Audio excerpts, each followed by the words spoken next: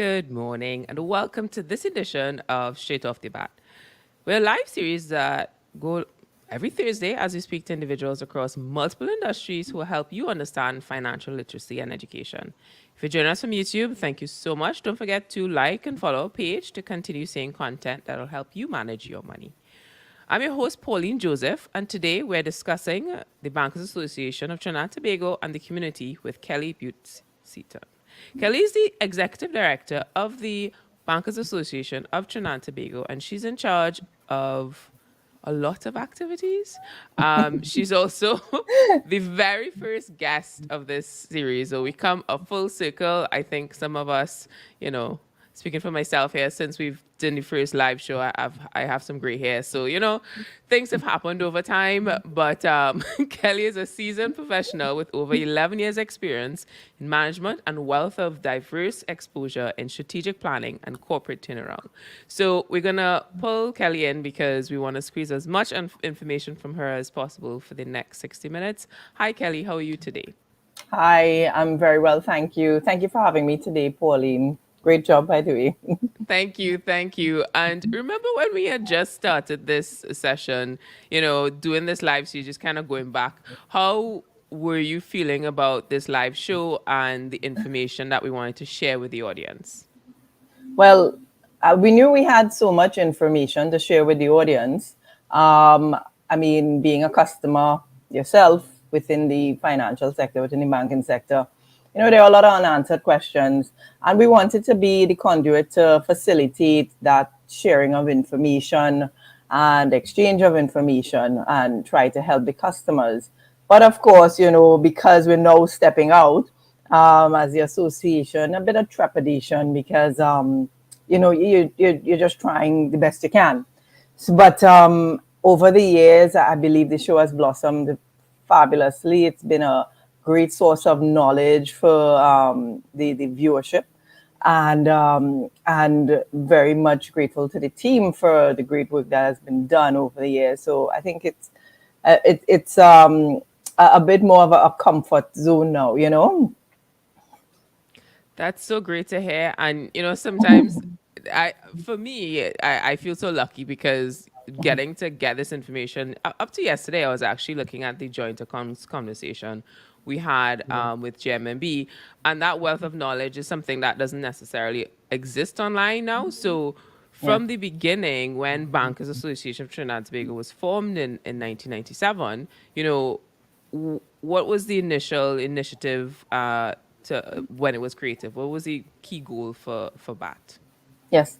Well, from inception, it was to basically be that sort of an aggregator where projects, issues, not collaboration, but representation with stakeholders could happen on a joint platform, so to speak, where we could try to strengthen the banking sector to meet the needs of the customers, to address some of the stakeholder challenges, to develop the industry, to bring about that institutional strengthening, and really take on projects so you can get more of a positive impact to any one initiative that any one institution can do. Together, there can be strength in numbers, so to speak, when we have to do projects and so forth. So that was the idea behind it. And over the years, I'd like to think that, as we grew the secretariat, we brought on more staff, I became the executive director, that we really put a lot more effort into making our presence felt, to addressing more concerns, to offering better representation, to rolling out so much more projects that we could not have done before in the early years of our inception. So now, we're trying to really connect with SMEs, connect with the youth, connect with our stakeholders, offer information, roll out more projects, partner to discuss the development of the institution, so to speak, the financial sector, whether it be through technology implementation and legislative reform. So we have really grown from strength to strength over the years.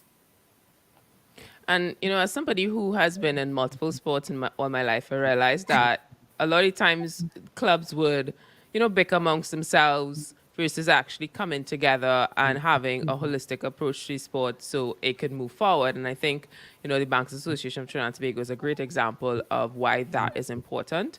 So when we started this eons ago, it feels like that because when you're in a pandemic, it's like, what is that slotted time? It's like, what was that time about? But I remember you discussed with me your first encounter with money, and we discussed the importance of financial literacy. So it's a couple years now, and a lot of people are seeing money differently. Making a lot of changes as it relates to jobs and being able to be fulfilled. So why do you think it's important, even more important now, to be financially literate and to, log into these conversations to make sure that you have a healthy relationship with money? Yes. I think the pandemic kind of brought to bear a lot of, I guess, our own concerns, issues. It really tested the markets. You saw how fragile certain systems are, like the distribution system globally. I mean, that hasn't even returned. You're seeing, how it impacted inflation and all these different things. And sometimes, when you go through these challenges, you realize maybe the buffers that you felt you had or the safeguards that you felt you had, they weren't as they weren't as fortified as you had hoped. The pandemic challenged a lot of persons' financial circumstances.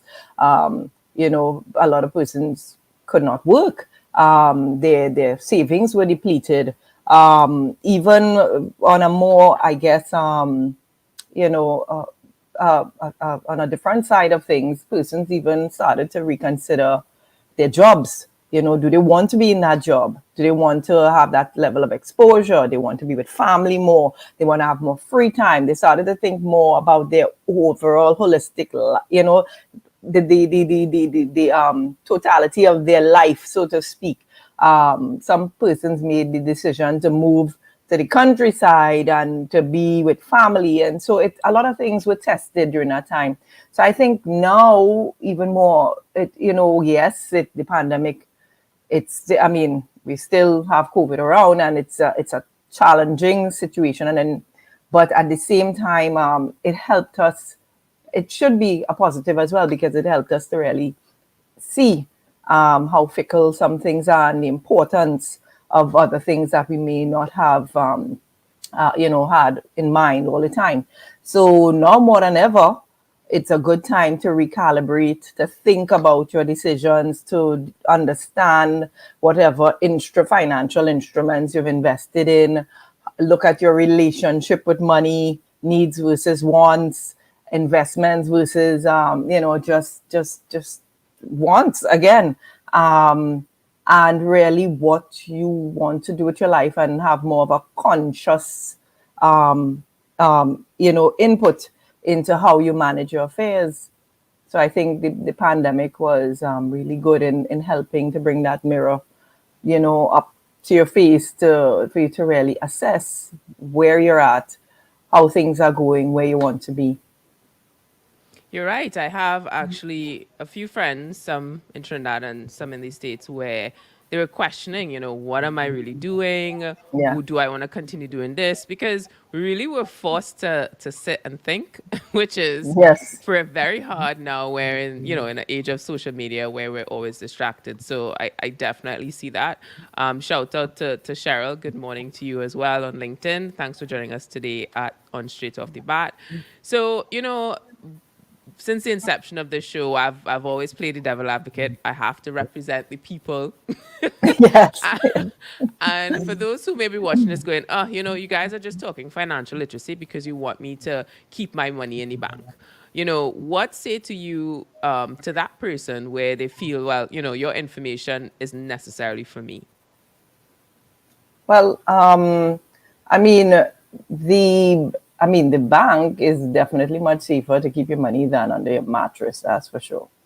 You that security that you may not have in your home is catered for through the system. So, but I would never say that is the only, instrument or the only place that you should put your money. There are other options out there. People do it. I believe you never put all your eggs in one basket, because like as the pandemic would have shown you things, and even there have been other times throughout history where you see the fragility of the system.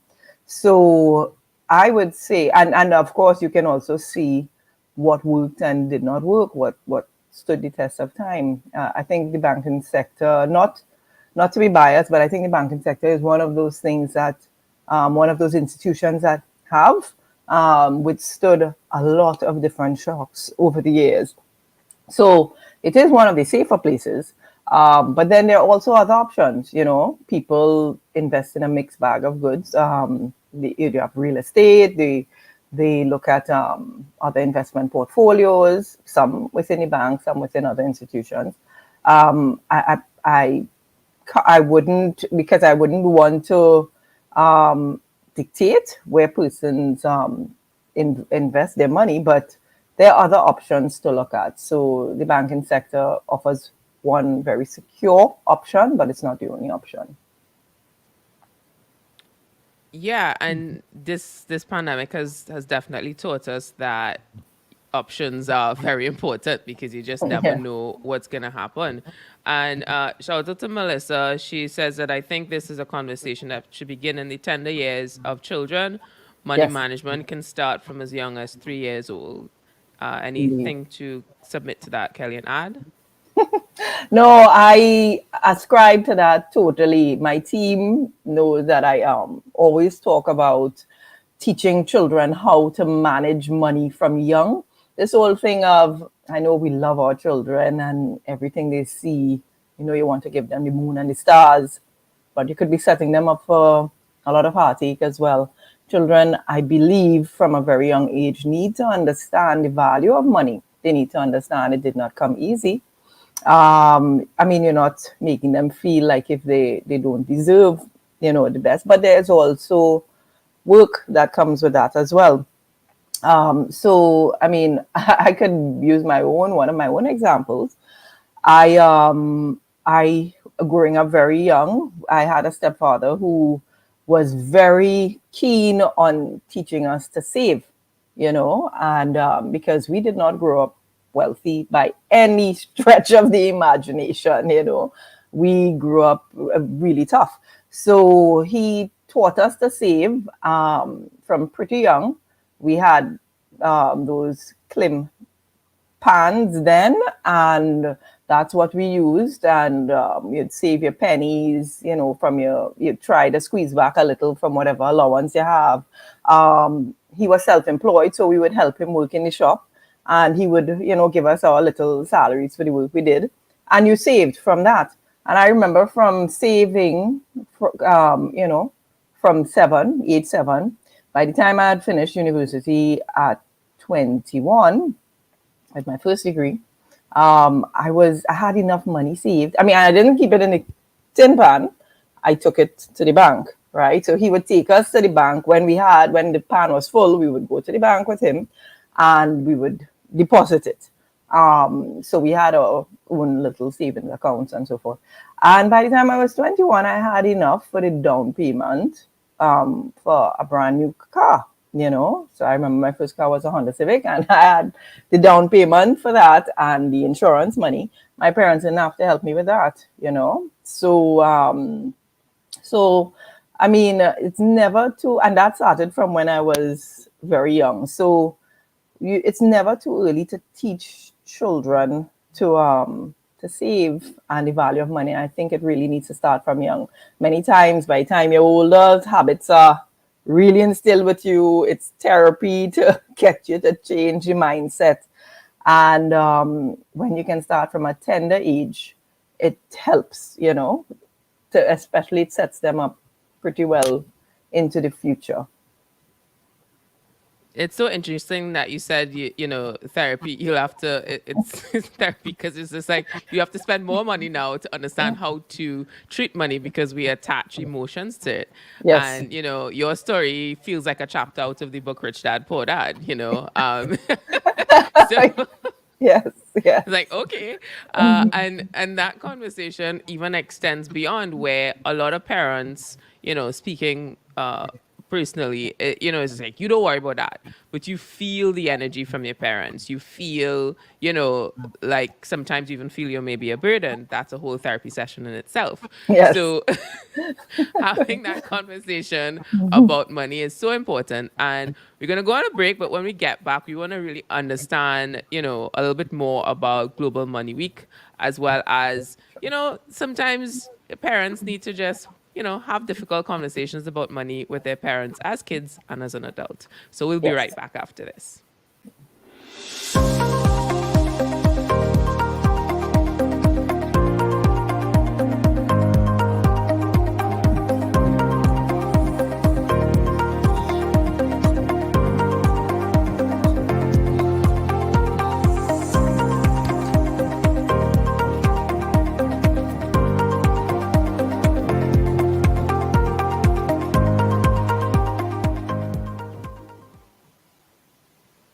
And welcome back to this edition of Straight Off the Bat. We're a live series, and you can join us on every Thursday as we speak to individuals across multiple industries who will help you understand financial literacy and education.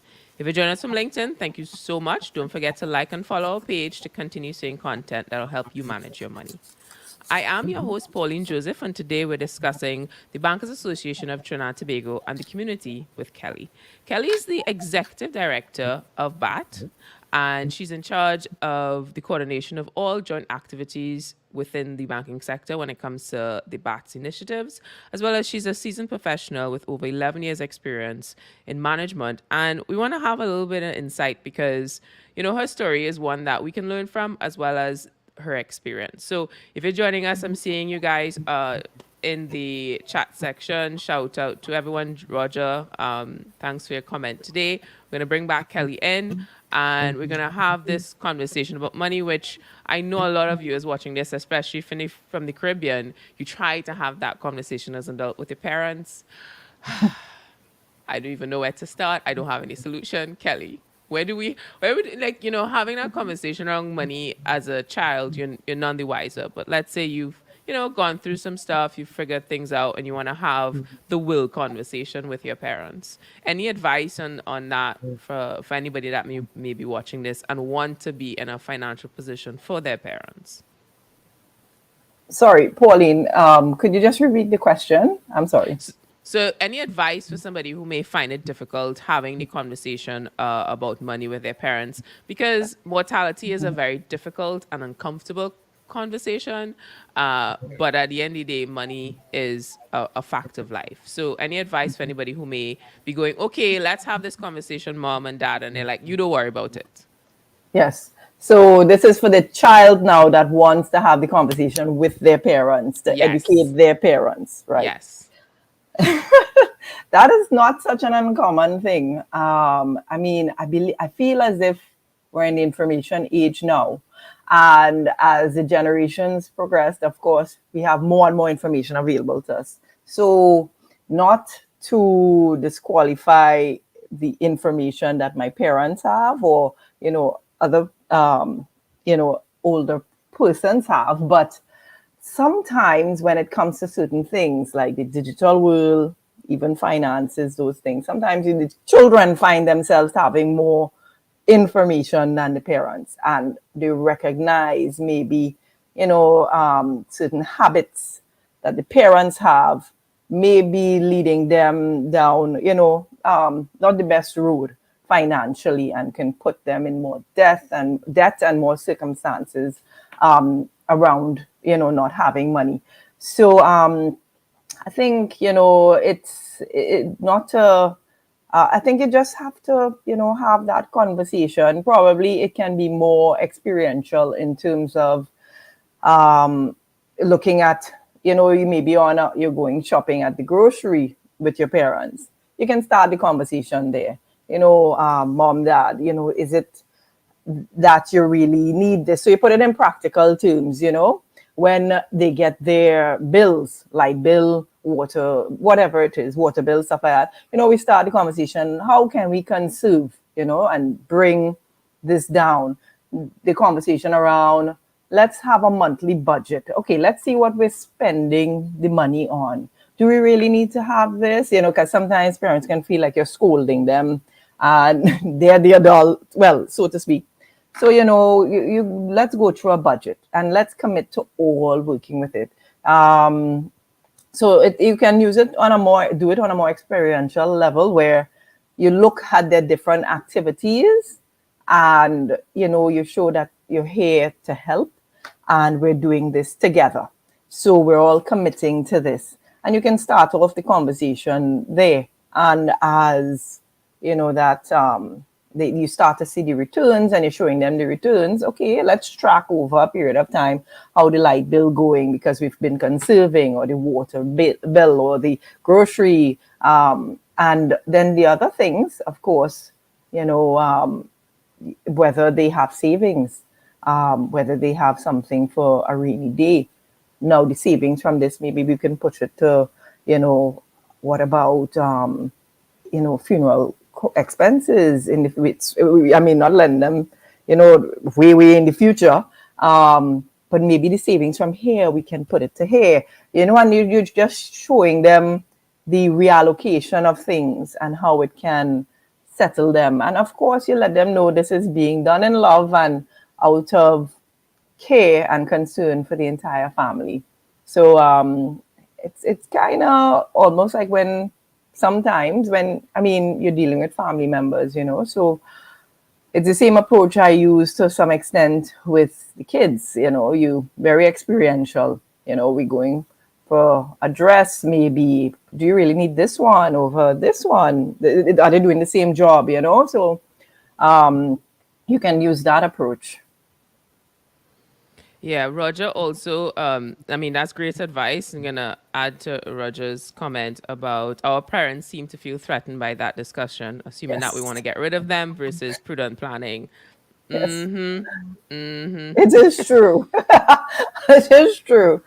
I can think of my own experience with my parents. I know they would, well, they may spiritualize it, so basically they're not going to die now. But that's not what I'm saying. I'm not saying you're going to die now.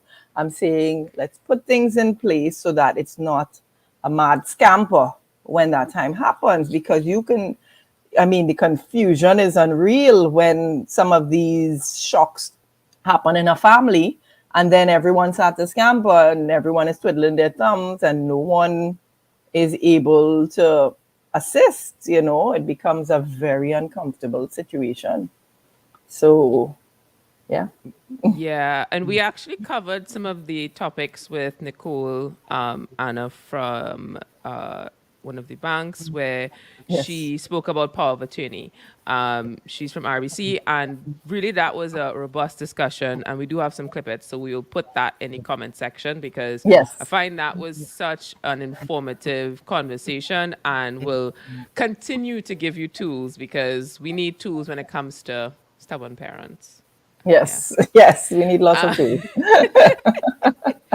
so let's shift the conversation to, the Global Money Week. In Yes. terms of that initiative, what was the purpose of Global Money Week program from BATT?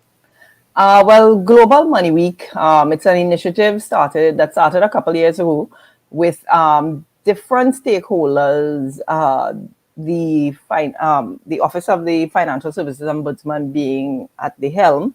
But BAT is very integral in the rollout of this program. We've been doing it for several years, and it is basically an annual financial awareness campaign targeted towards the youth. So every year, within at the end of the first quarter, thereabout, we have been having these sessions throughout Trinidad and Tobago, and we have the participation of different schools. Before the pandemic, it was more of a face-to-face type interaction. So it would be like a real campaign. We'd have tents, and in Trinidad and Tobago, we'd have competitions. We will have, but all the competitions are geared towards financial literacy, teaching children how to be entrepreneurs, teaching them how to plan a business, how to put things in place to assess what are needs versus wants, whether it be personal or to the geared towards the business. So it's very targeted around financial literacy, but we have been trying to make it very interactive in form of games, prizes, competitions, quizzes, and we have been having a real success because this caters to hundreds of children throughout Trinidad and Tobago. Every year it's a different theme. This year the theme was build your future, be smart about money. And last year's theme was take care of yourself, take care of your money. And then we've had other themes the years prior. But during the pandemic, we did not stop. We basically, I mean, we're in a digital age. These kids had to go on to online school, and they are very comfortable and familiar with the technology. So we put the road show on the technology too. So last year and this year was both virtual. It spanned over 1 week. Well, every year it spans over a week of different activities, and we basically connected with the kids virtually. Last year we had Rudy as the host. This year as well, we also this year had the general manager of Youth Business Trinidad and Tobago, who did a business canvas modeling session with the kids, and they had to do a 20-minute pitch of an agricultural business, but using the business canvas model. So very interactive, and we've always had great participation, and it's actually one of my favorite times of the year and one of my favorite activities that rolls out because it's so exciting. When, especially during the pandemic last year in 2021, the energy I got through those screens. I mean, we had massive monitors, but we're seeing hundreds of faces, and the energy I got, it almost drove me to tears because it was so great to see how involved they were, how much these children know. We think children don't have all the information, but these children were very brilliant, had a lot of information, and they were very happy to be a part of the activity. That sounds like something I wish, when I had in school to be aware, because this is a global initiative. So people all around Yes. the world are also, having these events and sharing awareness to the importance of money management. So if you are a parent watching this, how can you get your child involved for next year? Well, you can stay tuned on the BATT website, also on the Office of the Financial Services Ombudsman website, and then Global Money Week has, well, there's the global website as well. So you can also go on the Global Money Week website, and you will see the activities that they do across the globe, because we are part of a bigger initiative. So you will see what they're doing in other countries. You will see games. You will see resources. You will see things that you can probably roll out in your own school, as part of, some sort of curriculum to teach kids or in your home. So there are different avenues where you can access the information. So we put the links to the discussion, any comments, so you could go sign up there. But also note that once you've signed up for the Straight Off the Bat newsletter, we will, share that information before anything else. You'll get exclusive access. So don't forget to subscribe to our newsletter. So this has been such a robust conversation, especially when we're looking at age groups. We talk about parents and then kids. And Roger does have a question about um, what has to do with wills and trust. Oh, getting rid of. Oh, just checking. He has quite a number of messages here. Yeah, so will and trust and our parents seem okay, so with will and trust our parents seem to think that all we need to do that all they need is a will. And what would you recommend for that discussion? So I want to hold off on that, Kelly. We're going to go Yes, on a yes, quick break. sure. You think about that and we'll be right back.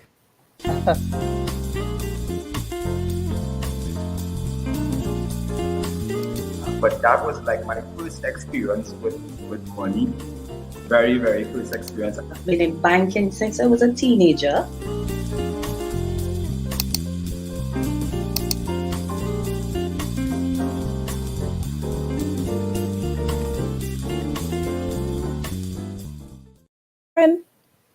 And welcome back. Do Good you have morning to the do you live have series Straight Off the Bat. Join us on Thursdays as we speak to individuals across multiple industries who will help you understand financial literacy and education. If you join us from Facebook, thank you so much. Don't forget to like and follow our page to continue seeing content that will help you manage your money. I am your host, Pauline Joseph, and today we're discussing the Bankers Association of Trinidad and Tobago and the community with Kelly Bute-Seaton, and she is the Executive Director of Bankers Association of Trinidad and Tobago, more commonly known as BATT, and she's in charge of coordinating all the joint activities within the banking sector. And with over a decade of experience, we want to tap into her wealth of knowledge and really understand and give us some tools as to how we're going to have this money conversation across different age groups. So let's welcome back Kelly. And, we were discussing the Global Money Week program before, but we have a question from Roger. And it's a question that I think a lot of people within the Caribbean, Trinidad and Tobago, can, because we've seen the comments over the last couple of months when we have this live show, how engaged people get when we talk about having that discussion with our parents and recommendations for, that difficult conversation about mortality and going beyond just a will. well, I mean, their wills and trust, and then Nicole had spoken about, the whole aspect of power of attorney and so forth. But I mean, there are other instruments as well. There are annuities, and there are life insurance policies, and their indemnity plans that you can, I know like certain credit unions and some insurance agencies, they have different instruments that they can use. If it is, the question is geared towards other instruments they can use to save money or leave money. You have these other instruments that they can tap into.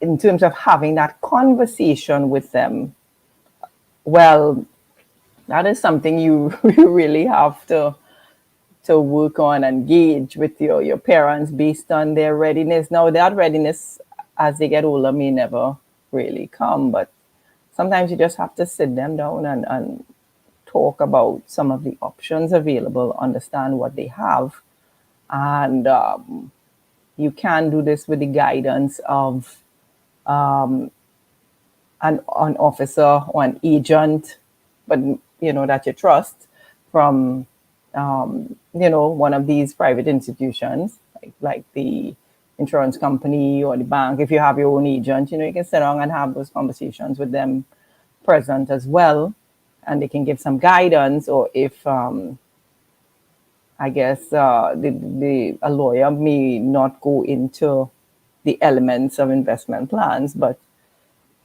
somebody that you trust that can also sit with you and have that conversation with them on how they make plans or prepare, themselves.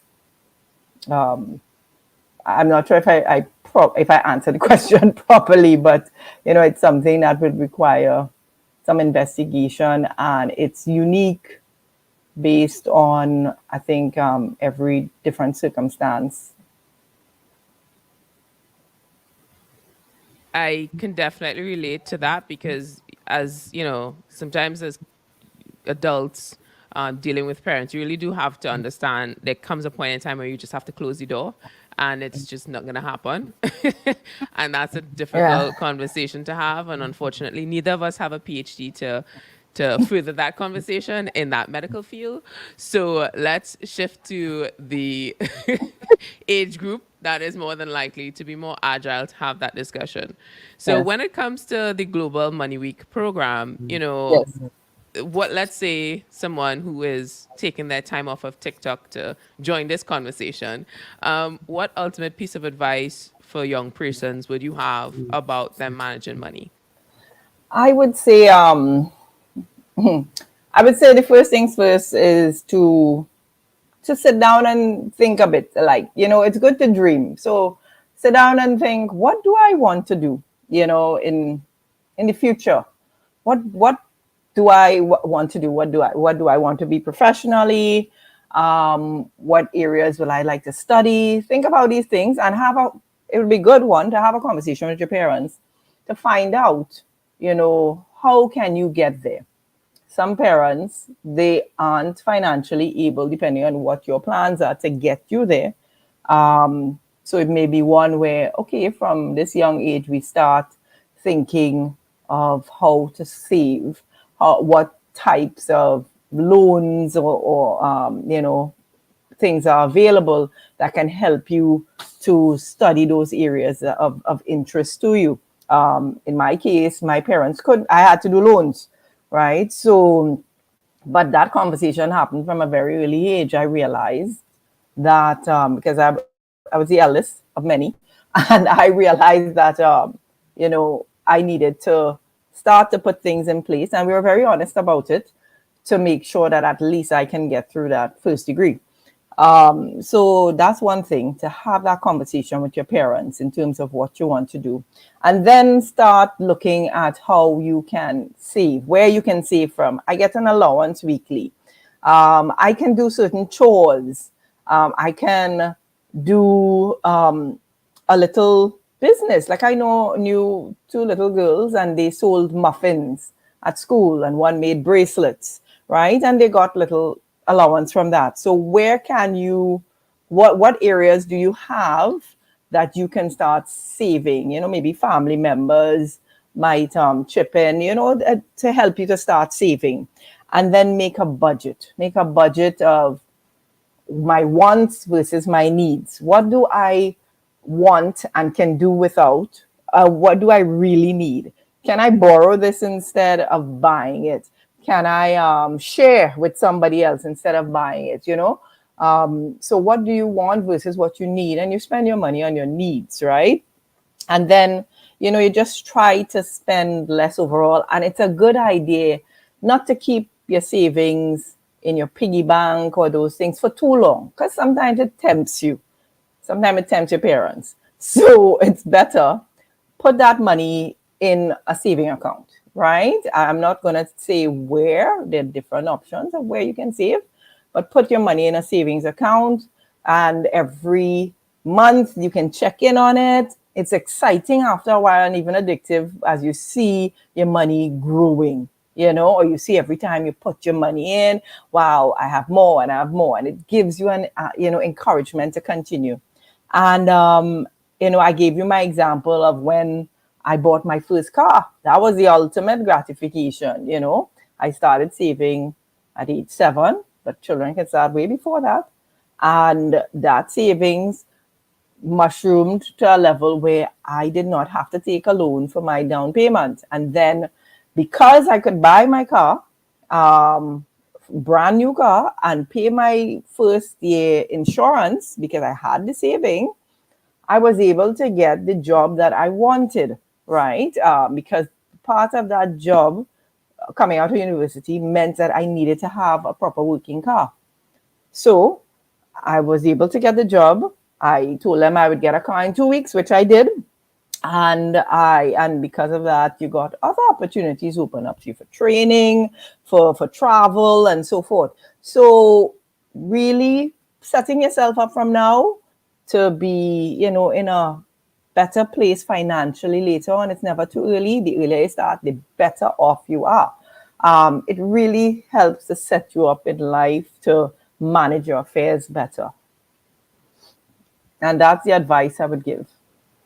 Yeah, that is so important, especially when you talk about, what you want to be. That's such a good conversation to have, because that then creates a visualization of possibilities, which, could become, I think, a little bit more difficult now because we are so busy scrolling through social media. We don't Yeah. actually get a time to be like, oh my God, this is possible. Instead, we kind Yeah. of go into this circle of liking and engaging with content that doesn't necessarily become our thoughts. So, you know, Exactly. how do we like pull ourselves, because we're also, in a in a society that social media is not necessarily as shunned upon as, let's say, some other legal drugs. So how does a child, even not even a child, but a young person, how do they separate that? Do you have any advice for them if they don't have like a parent going, hey, come off of social media? Yeah. It's really difficult. I'd admit I mean, my kids are surrounded by it as well, so it's really difficult, and especially when you're a working parent, and time isn't always a luxury. So, um, not to, I don't chastise anybody about it. It's a work in progress that we're all trying to get through. But I would say, it's, as parents, still we need to pull back ever so often, because, like, if you don't do it for your child, not every child is going to be conscious enough to say, this is bad for me. But sometimes we need to kind of, just make that effort to have that conversation with them, and out of love, I'm doing this for your, because it's for your best interest, and and you love your child, and have that conversation with them to really take the time to pull away. Let's go to a quiet space every day, well, whenever, and just think and reflect a little bit about what do you like, what are your strengths, and you can help them to figure some of that out. I think this is where the parent can really play an integral role in just helping them to focus, because the screens have given us all a certain level of ADHD. So I think, this is where we really have to just make that conscious effort to try and figure it out with them. Yeah, and it's an ongoing conversation, right? It's never Yes. ending because Mhm. social media isn't going anywhere. No, no. Yeah. So thanks to Melanie for the shout out. Good morning to you as well. We have some questions in the comment section, but we will answer them on the way back from after the break. We'll also sort of give you some insight to the future of BAT. So let me just bring up Roger's question before we go to the break, and it's, when it comes to choosing where to save, invest, and the impact of inflation on earned interest, where can the average citizen invest that will at least beat inflation? Beating inflation. I feel like if you have the answer to that, you are like future teller. And where can they get that information? So we're gonna go on a quick break, and when we come back, we'll answer Sure. Roger's question.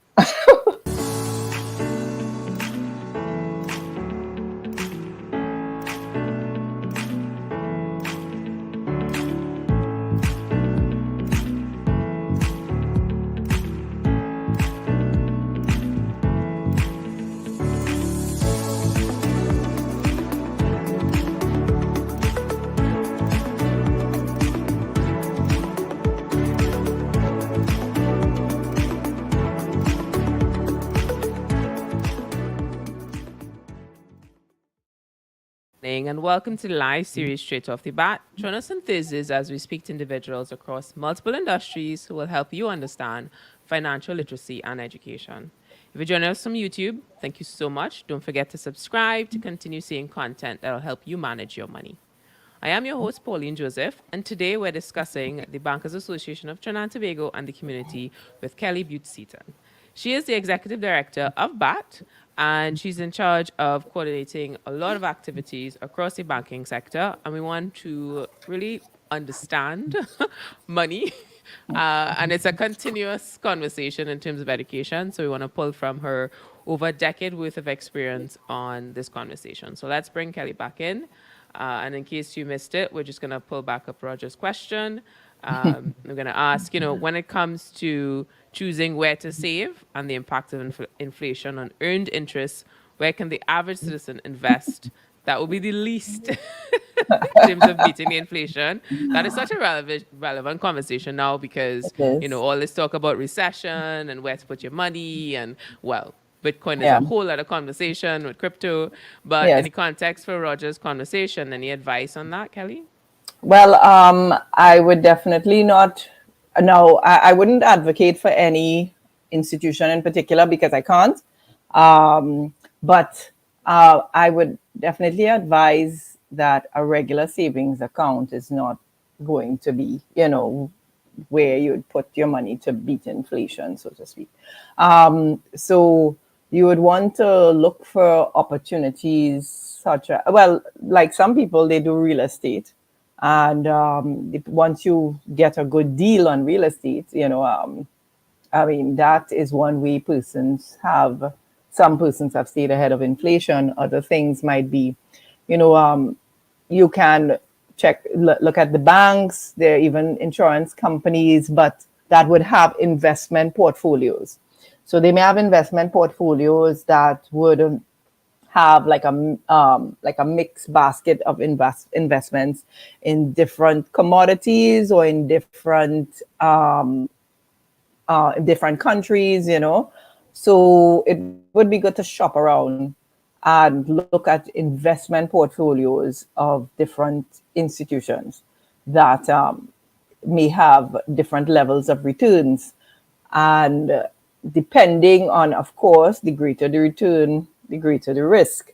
So many times, those are instruments that you decide you're going to leave your money in for a period of time, a long period of time, long enough to realize the real benefits. You also have things like annuities and that may have, depending on what they invest in, may have good returns as well. So regular savings plans, no, but you may want to look at the options of, real estate, in annuities, investment portfolios with the different financial institutions, as well as, I mean, I know people that talk about, well, I've not tried, but like, Forex, trading, things like that. So I'm not going to advocate for it because you have to also be mindful of risk as well. And you have to know the appetite you have for risk. So it would be good to just shop around and get some more information on the return from these different products that they have available. But they do have a few products available. Thank you for that. Definitely with doing your own research, and the research never ends because it's such a volatile space. Also, shout out to Melanie to letting Roger know about the session we did with Fill the Gap. So we could actually put that video in the comment section, I believe. Yes, so we're going to link that in the comment section for you, Roger, right? So you don't have to go Appreciate it. search in. But don't forget to like and subscribe to YouTube channel so you could check out those videos as well.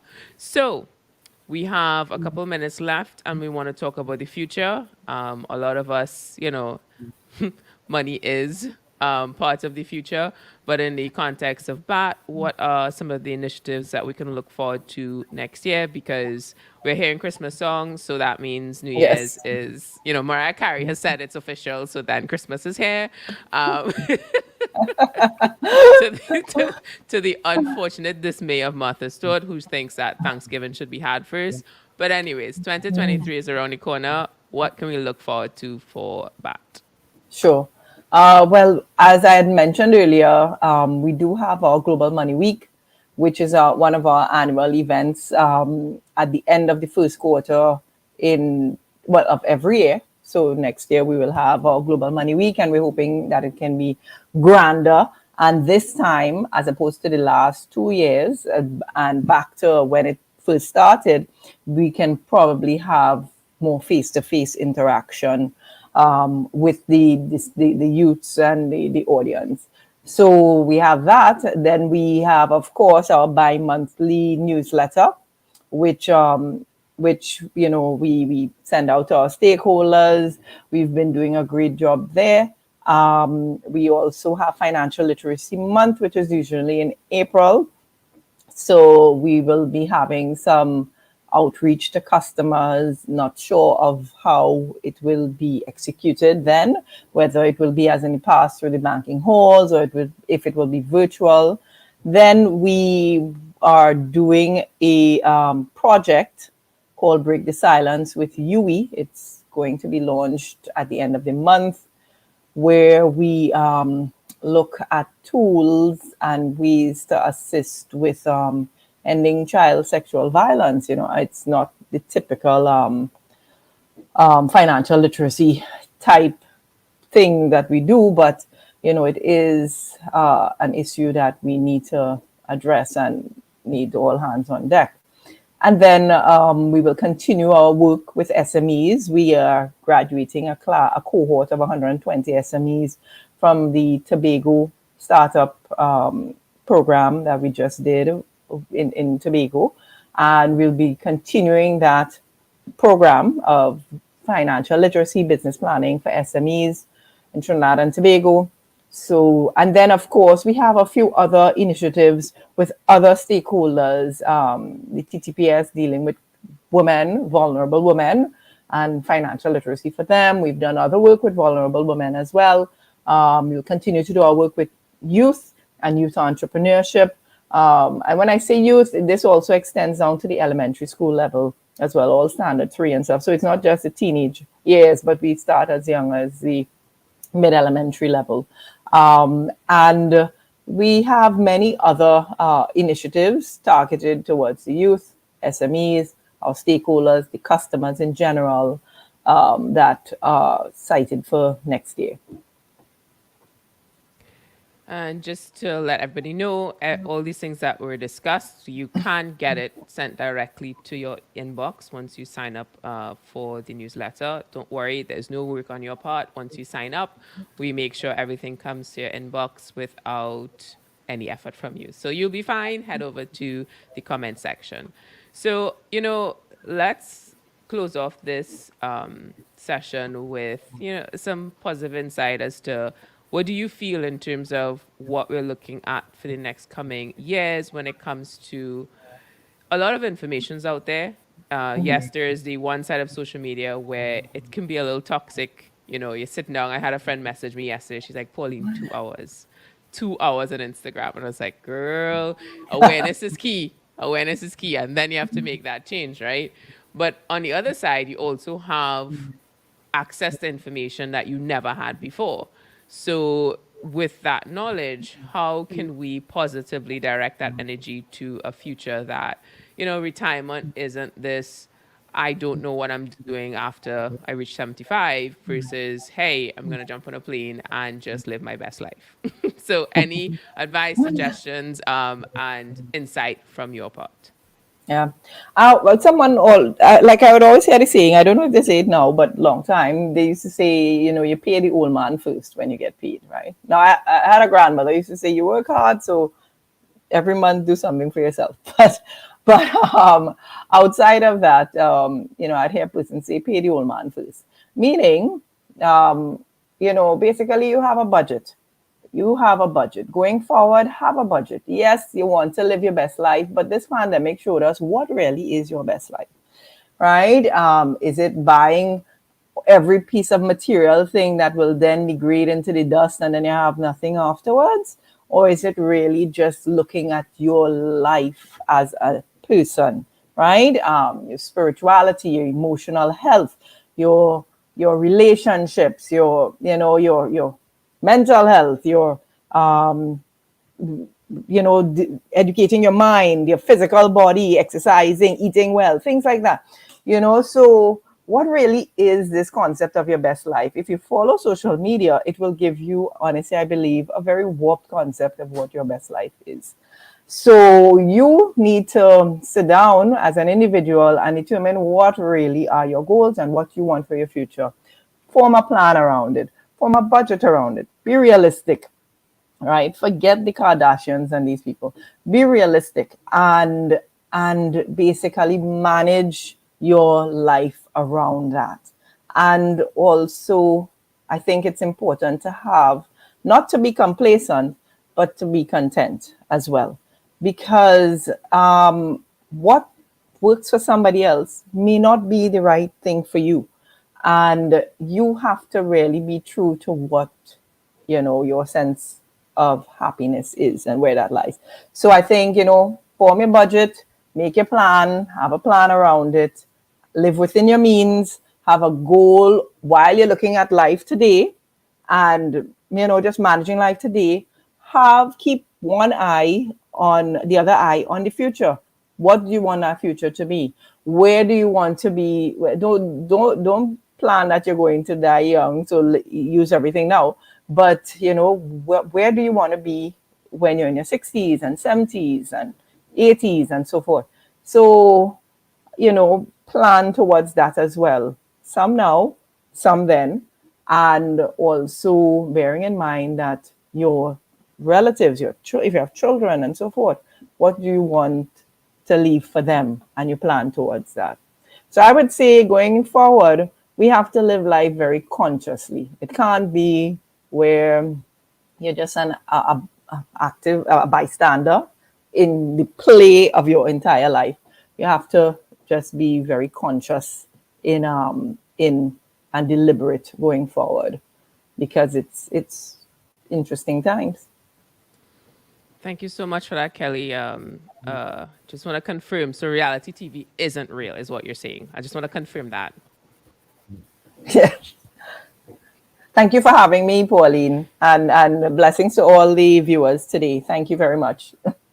Okay, awesome. So thanks again to Kelly for joining us today and sharing insight into the Bankers Association of Trinidad and Tobago and the community. Don't forget to sign up and be notified for our next live show via the link in the comments. And as always, be sure to like and follow our page on LinkedIn so you don't miss a single live show. Thanks again so much for joining us, and I'll see you soon. Bye.